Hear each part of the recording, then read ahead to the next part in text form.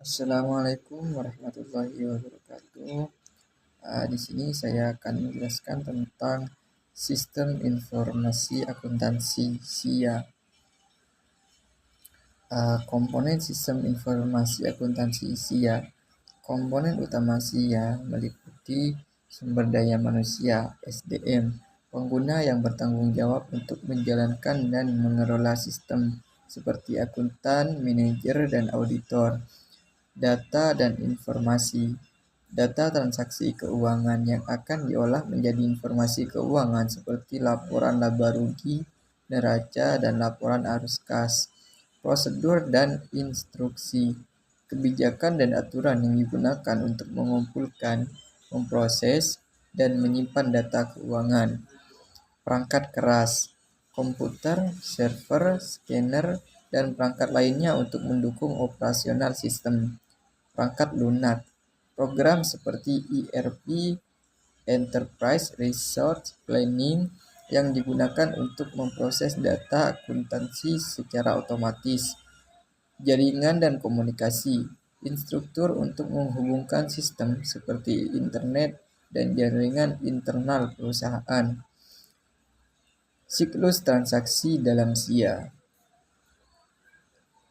SIA terdiri dari beberapa siklus, antaranya yaitu siklus pendapatan, proses penjualan hingga penerimaan kas, contoh penagihan piutang, pencatatan penjualan.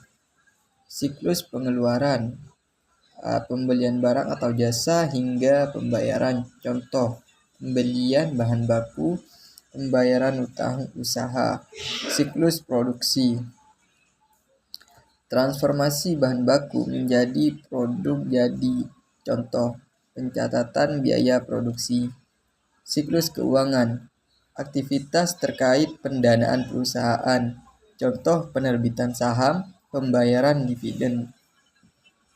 Siklus umum, aktivitas lain yang tidak termasuk dalam siklus di atas seperti pencatatan jurnal penyesuaian. Selanjutnya, implementasi SIA dalam perusahaan. Tahapan implementasi SIA meliputi yang pertama, analisis kebutuhan, mengidentifikasi kebutuhan spesifik perusahaan. Yang kedua, perancangan sistem, membuat desain teknis dan arsitektur sistem.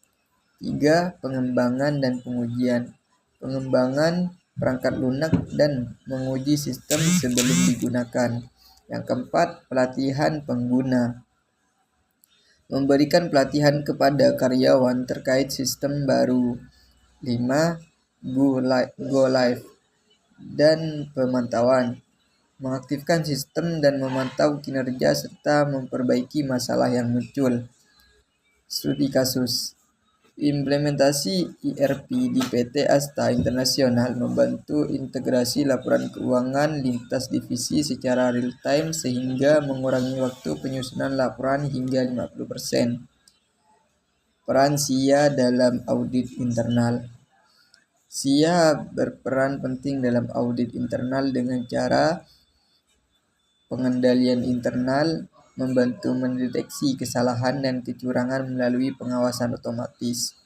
Pelacakan data, menyediakan jejak audit trail untuk setiap transaksi, memudahkan auditor dalam investigasi. Automasi proses, mengurangi sistem kesalahan manual dalam pelaporan keuangan. Kepatuhan regulasi, memastikan transaksi dicatat sesuai standar akuntansi yang berlaku.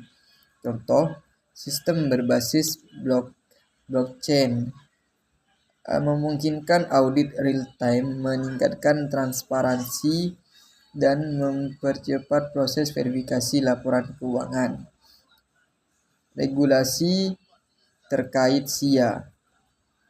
Beberapa regulasi yang mengatur implementasi SIA. Yang pertama, IFRS (International Financial Reporting Standard), standar global untuk laporan keuangan yang harus diikuti perusahaan multinasional.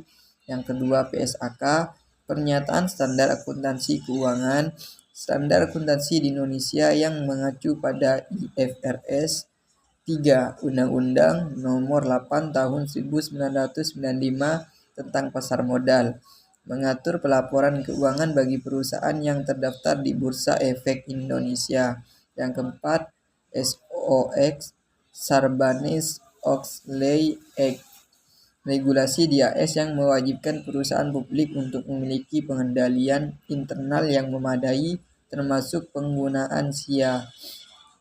Yang keempat, POJK, Peraturan OJK, mengatur pelaporan dan transparansi keuangan bagi perusahaan sektor keuangan di Indonesia.